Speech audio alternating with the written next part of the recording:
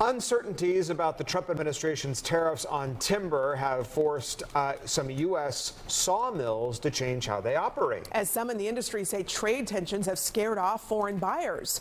Fox's Asher Red is at a sawmill in South Pittsburgh, Tennessee. And Asher, the owner there, says he's doing most of his business in the U.S. for now. Well, good afternoon, Tom and Courtney. Just 6 months ago, Cardin Forest Products was shipping its wood products all over the globe. But they say recently their overseas business is what's drying up. Now, folks in this industry tells me that countries are just proactively stopped buying American wood. And they say that's because Trump could put additional tariffs on the timber industry later on this year. For now, this sawmill says that most of their business is now coming from within the U.S. and with Mexico.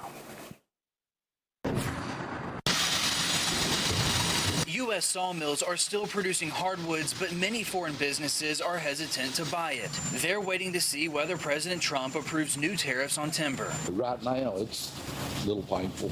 I mean, we're stuck in the warehouses full right now. The Trump administration wants an investigation done by November to determine whether an over-reliance on imported timber threatens national security. After that, President Trump will decide whether he's going to place higher tariffs on timber coming in from other countries. If there's some constant, then people will buy. They can adjust their pricing.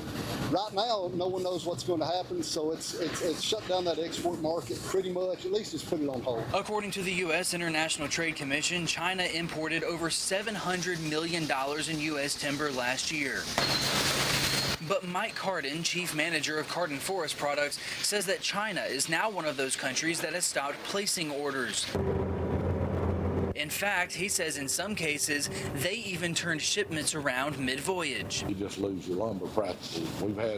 We've lost some on the water like that before. You know, they just quit buying. When they quit, they'll turn them around. And now there's a new potential roadblock. The Israel-Iran conflict could slow down Cardin's business in the Middle East as well. If both countries refuse to comply with a recent ceasefire deal, shipping routes in the region could be disrupted. In South Pittsburgh, Tennessee, Asher Red, Fox 5 News. Asher, thanks.